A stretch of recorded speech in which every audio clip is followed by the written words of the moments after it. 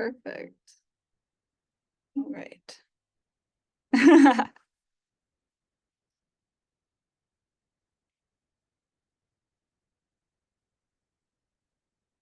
You can go ahead and share.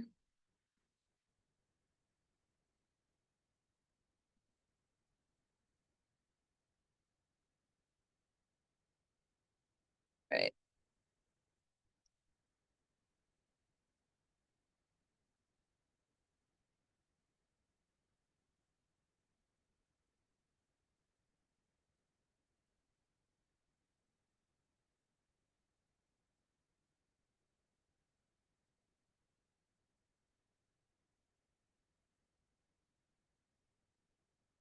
All right.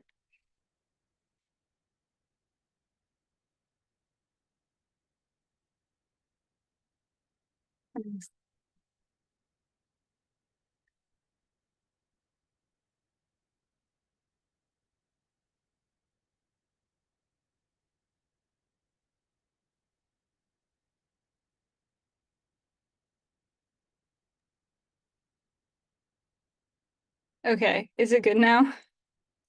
Okay, perfect. My computer's been a little weird about screen sharing recently. All right.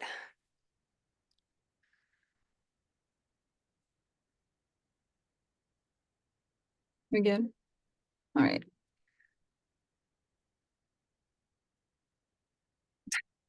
Yeah, true.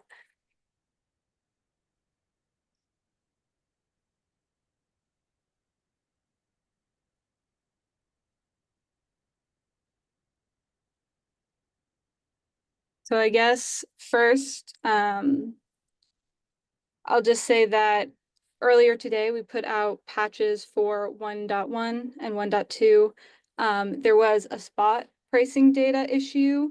1.3 will also have this change added, where basically when we were paginating through spot pricing data, it was being overridden. So that patch was put out earlier today.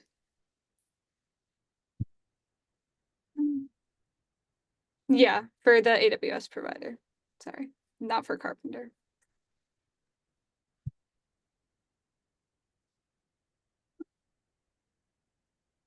Yeah.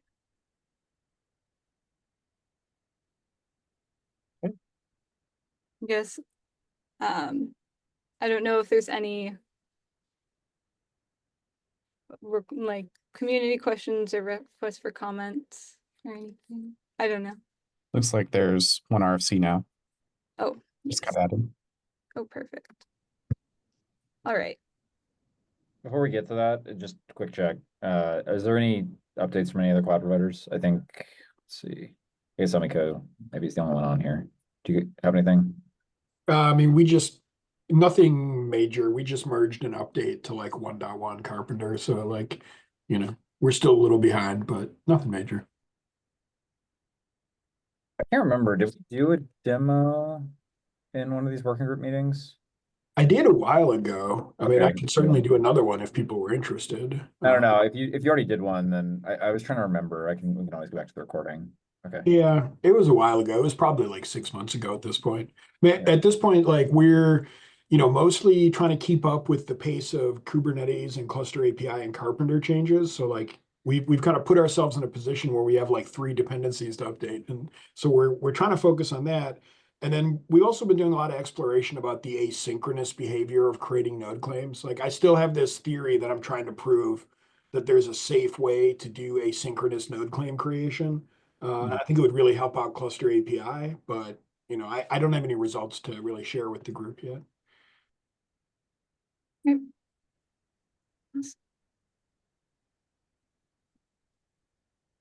All right. RFC for configurable registration TTL. Yeah, I updated this to clarify a few things.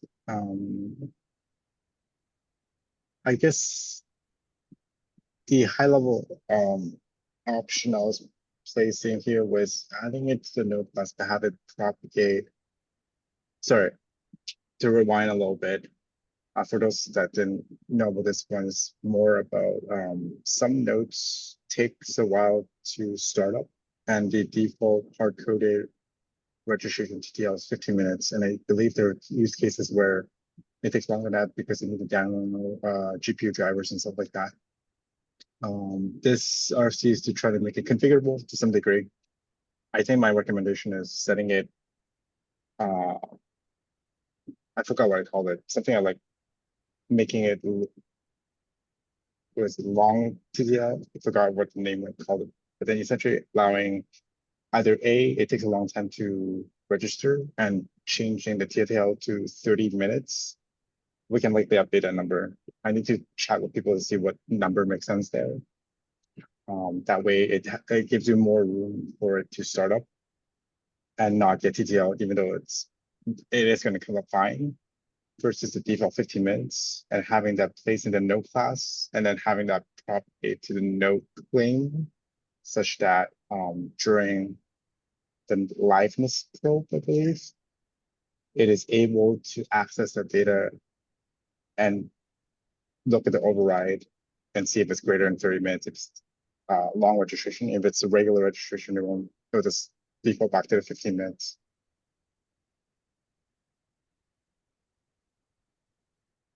I also lay an option for like fully configurable. I wasn't sure if anyone needs it fully configurable, so that's why I said 30 minutes or 15, but we can also extend the 30 minutes to something bigger if people think that it possibly can take longer than 30 minutes. Yes, I wonder if we're going to go ahead and make it configurable at all. Is there any reason to not just make it fully dynamic? I think the initial concern with fully dynamic is simply because it's another thing that a user can screw up on, I guess, for better or worse. But I don't see an issue with necessarily being fully configurable. I'm fine either or. Okay.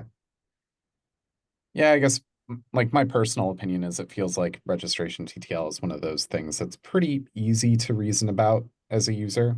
Just how long does it take my node from the time it's launched to register with the cluster? I guess we were going to surface it, making it fully configurable makes sense to me. I guess a dumb question I have is there a limit of how big it can be? Like if I said 24 hours, it's Karpenter gonna be like, what is this? I mean, I don't think anything would fall over. I've not tested it, of course, but I don't see why any controller would have an issue with that. Okay. You probably wouldn't ever want to do that. Definitely exceeds a reasonable limit, but I think we'd have to start. I think you're right that it doesn't break anything. Like as long as we resolve the capacity information, then we can keep moving. I think we just have to like triple check whether the controllers that we have for particularly for disruption handle unregistered nodes.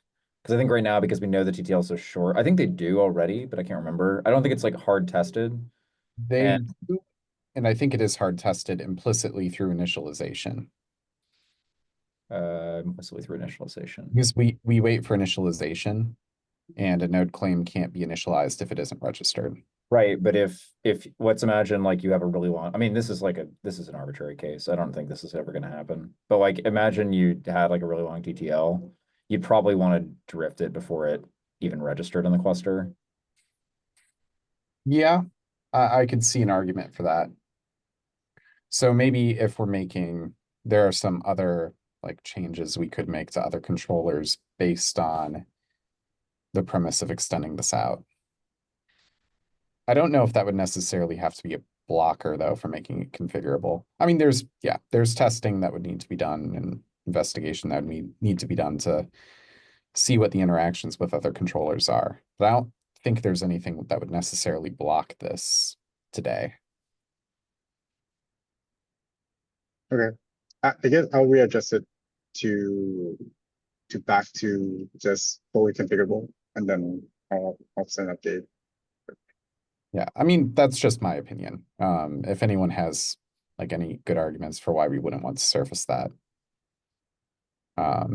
or would want to start with. Not fully configurable, definitely open to it. My word is not law on the matter.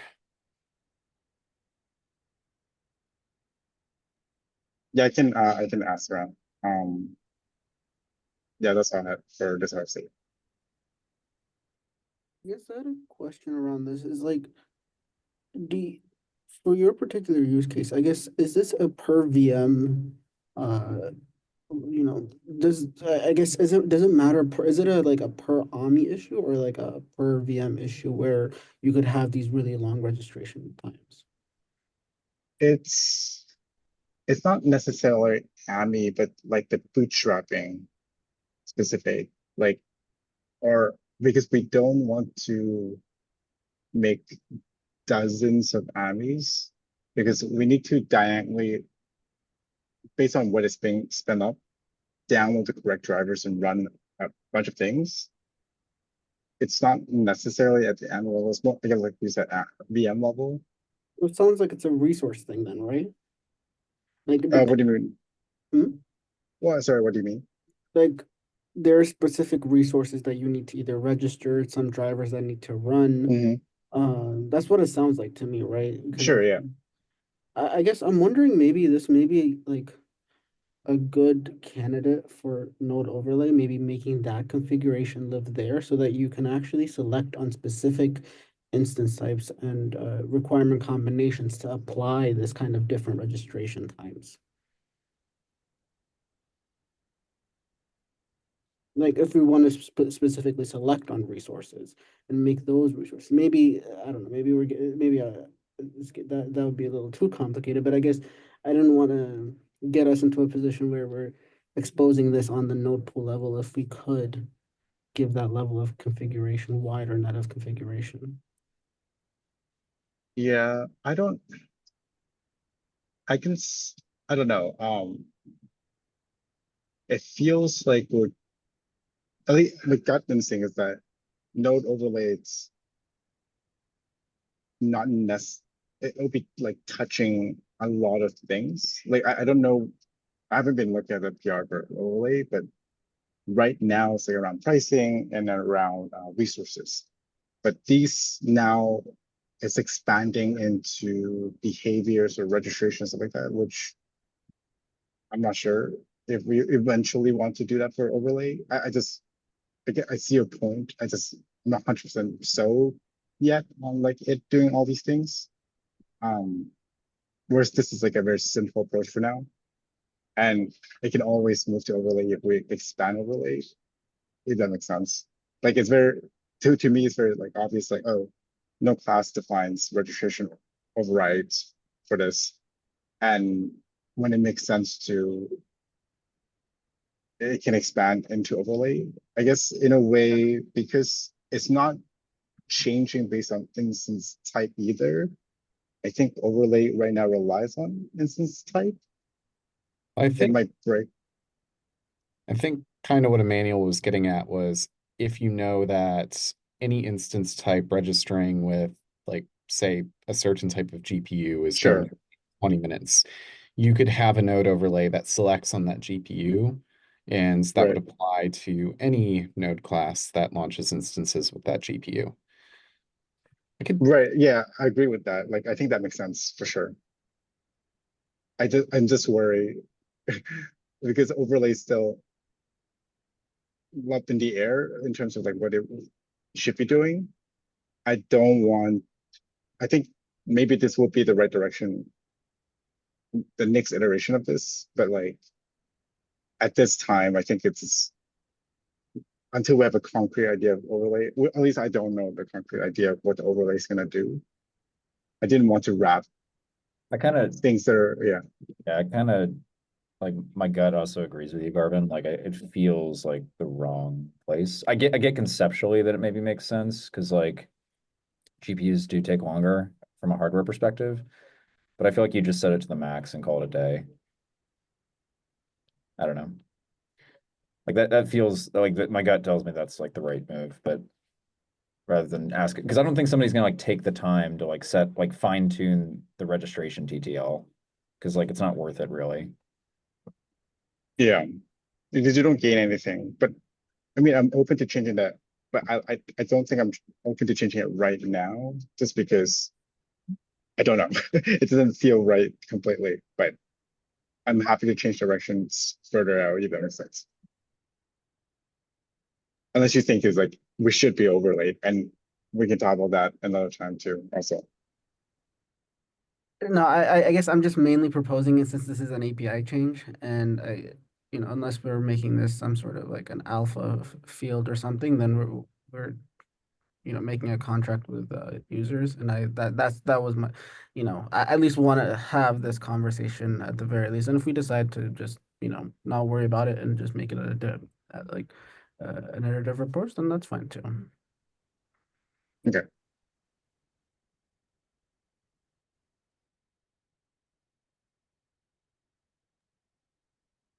All right. Thank you. Well, I'll summarize some of what we chatted about in the comments. Awesome. Okay. Community questions.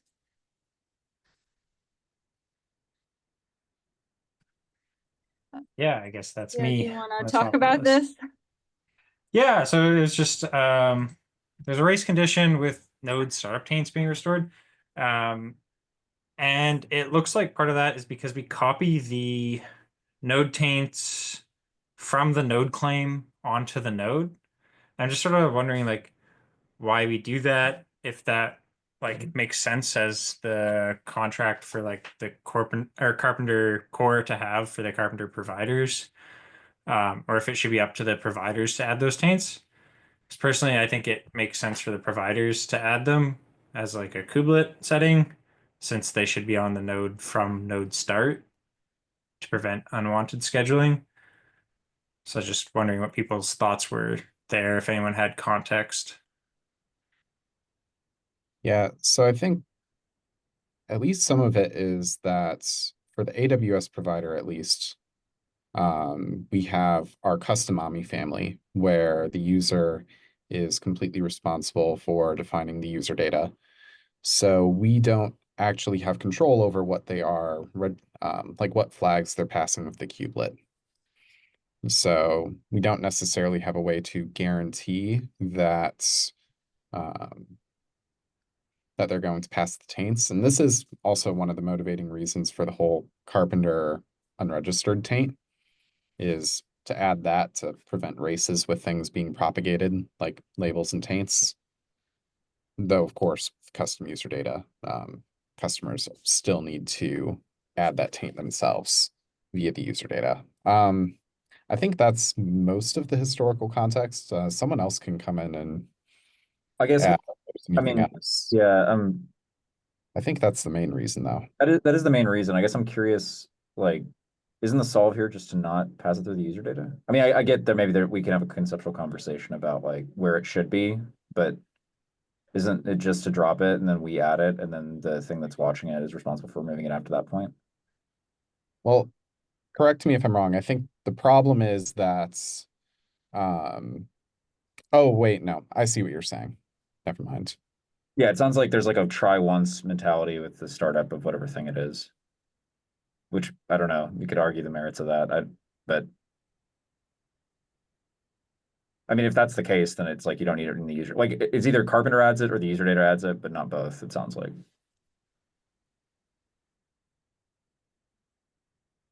Yeah, I guess I would assume that some projects probably assume that their startup taints are present when the node registers.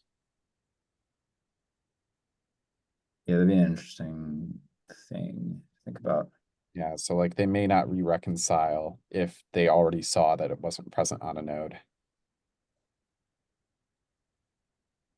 That's kind of a weird paradigm. I mean, I get it's not really declarative, right?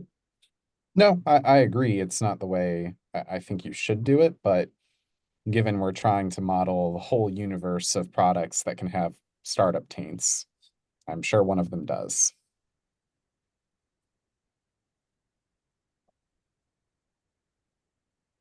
So I think that would be the counter argument to that approach. But maybe if it does work for like the majority of things, and if there was a strong argument for, well, this things that don't work that way, that don't re-reconcile, to look and see if the startup taint was added after node registration. If we considered that a bug with that product, then maybe that is the right direction to go. I just don't have a good idea of what that would affect.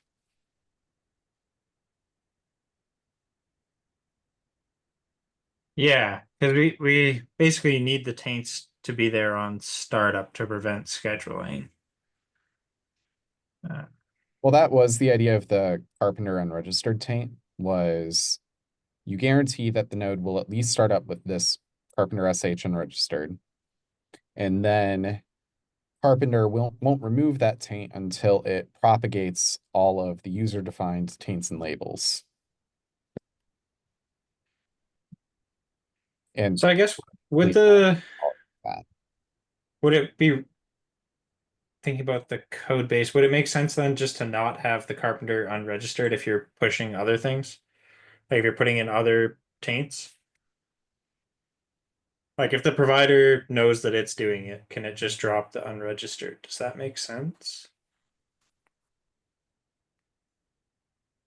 Interesting. Because then we don't have to worry about, you know, this reapplying the taints.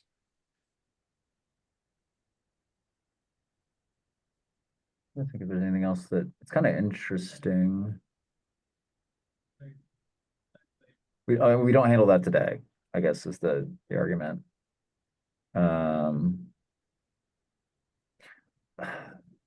We'd have to basically take a subset of things and not apply it, because the problem right now is like, if we were to, like, I don't know, classify that in the way you just described, like we still had a finalizer, which there's no race conditions there, but we still had we still had some things on the nodes, so we still have to do those things, I guess, but it'd probably just be labels and taints that we would drop. I don't know. Was there any other reason we needed to add the unregistered taint other than label and taint propagation? I don't think so. Just want to see if anyone remembers anything else. I'm pretty sure that was the only reason, though.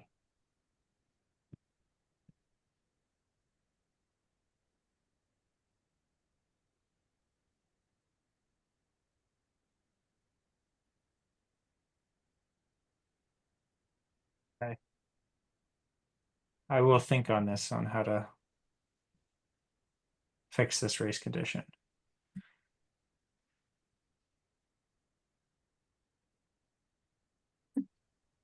Yeah, thank you guys for the history there.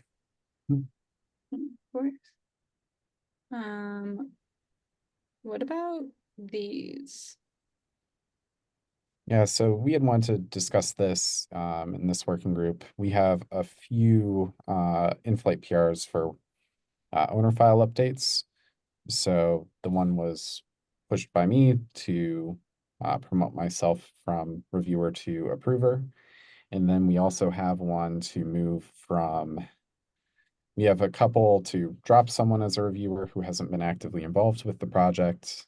So Jack, and then one to move Brandon to Emeritus approver.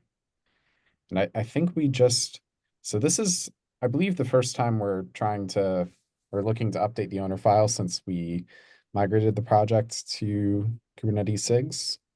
So I think we just kind of wanted to get community comments, if anyone had any, yeah, basically if anyone had any comments or opinions on these three updates.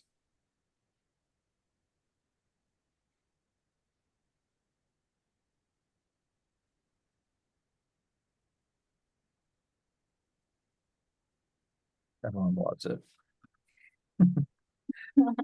Is when's next working group again? It's Monday. Trying to remember. Or no, it wouldn't be Monday, right? It would be next Monday. Yeah. Or Thursday. they're always Right, Thursdays. Thursday. Trying to think. I don't want to wait that long for lazy consensus. That's kind of crazy long, in my opinion. Does anyone have an opinion about when we should consider a lazy consensus deadline for these changes? I mean, I've already checked, like, I think for removal, it's not so hard because, unless the person directly objects or doesn't respond, but I've reached out with Brandon and Jack on these and they're like, yeah, I haven't been able to contribute, so that sounds reasonable. I think we don't even need approval. Like if the person says they don't want to be, maintainer or approver, they don't have to be burdened by that responsibility. Yeah, I think probably the more, not questionable thing, but just like the more like give it some time, wait for people to say anything is probably the maintainer promotion or the reviewer promotion. Although I know typically the attitude is, yeah, like a 1 week is pretty standard. Yeah, I know that the contributor guide basically says like as long as all maintainers, there's no objections among the maintainers about who's moving to reviewer or maintainer, that's enough. But I do think we want to bring in the community just to make sure no one has an issue. Miko, I see you have your hand raised. Yeah, I was gonna say like in the SIGs, and like in the cluster API project and whatnot, 1 week is pretty standard for this kind of stuff for lazy consensus. But I think for these like chores where you're just like adding and removing people, I think you can do that kind of like as you prefer, unless there's people in the community who might have exception to it or something. Because like we're not talking about changing like, SIG leadership or anything like that. We're just talking about adding and removing, reviewers and approvers and stuff like that. So I would say if the project likes to do a 1 week consensus on doing this stuff, then we should do that. And if we feel like we can just do it right away, then that's good too. Okay, yeah, thanks for the feedback. I definitely agree on the whole removing maintainers and reviewers if they agree to it. So I think we can maybe on the approver one then, unless we see any objections. I raised that PR, I think around the end of last week, so we can maybe go ahead with that beginning of next week or end of this week. Let's do Monday. Can you update the PR description just to say, here's the lazy consensus deadline? Yep. I Yeah, I can do that. So. Cool. Cool. Sounds good. Anything else?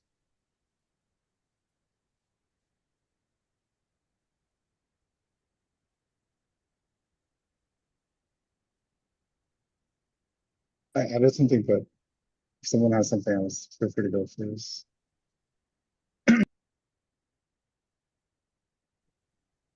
Take silences, go. Yeah. I'm trying to find PR. I could not find it. I think there was a PR a while back that adds the ability to delete or mark notes for deletion. I think it might have closed, but I was trying to figure out a way where we can mark notes or term or cycling, but yet respect note destruction budget. So I guess in a way saying manually saying maybe this thing is drifted and I want this to be considered next deprovisioning cycle. I'm wondering, I haven't written anything for that yet. I'm just wondering what are the thoughts around that. We have some need around this operating tool because let's say if there's a CV or something wrong that's rolled out, we want to evict those. Maybe it wasn't CV, it wasn't as major as CV, but there's something out there that we want to get rid of. We want a way to mark them to delete, but yet we don't want to disrupt the budgets that we have for no disrupting budget.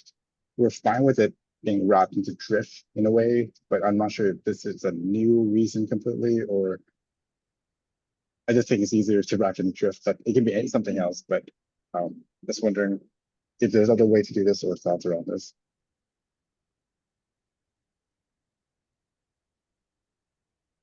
I'd be curious to know like what the use, like what some concrete examples for why you'd want to do this that aren't already covered by Drift today. like you mentioned CVE, but I imagine if there's a CVE, you also need to upgrade the AMI at that point, which would induce drift. So Oh, I see what you mean. So are you saying, are there a configuration that's not defined within no claim and no pool, or no class and no pool, that we would want to pick as the thing to mark for deletion? yeah, like basic, Hmm. I'm wondering if whatever thing that is causing you to need to roll the node, if it would make more sense for us to have a way to capture that as part of drift Hmm. rather than require like someone manually initiating this like graceful drain and termination. Right. Or- I guess I need to think about that a little bit more, but I guess one thought I had was, I guess in theory, drift can capture it. I wonder if I can prioritize certain candidates with some way to market. Let's say there are multiple AMIs, nodes with different AMIs running in my node pool, and I'll say, hey, actually I want this AMI to go out as quickly as possible until then you consider the other ones that are drifted. At least in my mind, that would be helpful. That doesn't, it's not exactly what I originally asked for, but I think it'd be a good way to control also what get kicked out first. Or if that makes sense. Yeah, I think so. I mean, in that particular example, I guess you could still have a node class that actually selects on multiple AMIs and you want to, okay. Yeah, I mean, it's not something Karpenter's capable of today. It's an interesting use case.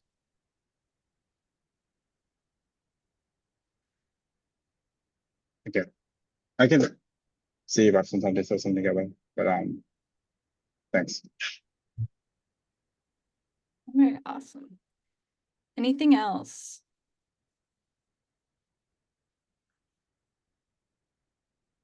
I'm gonna take silence as a no. So I think we can go ahead and end this meeting early if no one has anything else. All right, thank you, everybody.